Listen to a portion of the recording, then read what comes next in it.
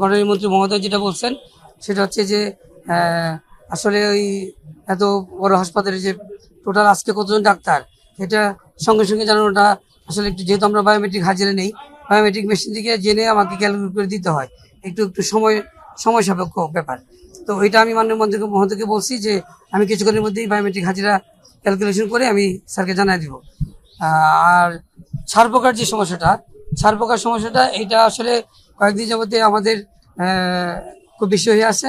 এটা আমাদের মন্ত্রী মহোদয়ও সরাসরি কন্ট্রাক্টর, যে আমাদের যে পেস্ট কন্ট্রোলের যে দায়িত্বে যে কন্ট্রাক্টর দেওয়া আছে নিয়োজিত, তার সঙ্গে স্যার কথা বলছেন, মন্ত্রী মহোদয় কথা বলছেন।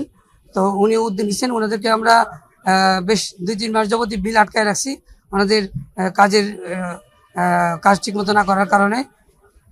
এবং গতকালও ওনাদের সাথে আমাদের যোগাযোগ হয়েছে এবং এর আগেও যোগাযোগ হয়েছে, কিন্তু আলটিমেটলি আমরা আসলে দিন শেষে আমরা এটা পারি নাই।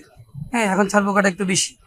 আর কন্ট্রাক্টর যেটা খাবারের যে, সেটা তো স্যার বলছেনই যে কলা তো আসলে এটা প্রতিদিন তো আর সম্ভব না দেখা, প্রতিদিন দেখা সম্ভব না, কিন্তু ওভারঅল কিন্তু আমার যে হাসপাতালের যে খাবারের মান, দুপুরের খাবার, রাত্রের খাবার মোটামুটি আপনারা আরো ভালোভাবে দেখেন, দেখবেন যে ভালো পাবেন ইনশাল্লাহ। সরকারি হাসপাতাল নিয়ম অনুযায়ী এটা সব ওষুধই মোটামুটি আমাদের এখানে আছে, কিন্তু অনেক সময় শহর থেকে আসতে দেরি হয়, অনেক সময় কিছু সাপ্লাই দেরি হয়, ইডিসিএল থেকে আনতে হয়, সরকারি থেকে আনতে হয়, এইটার একটা গ্যাপ থাকে।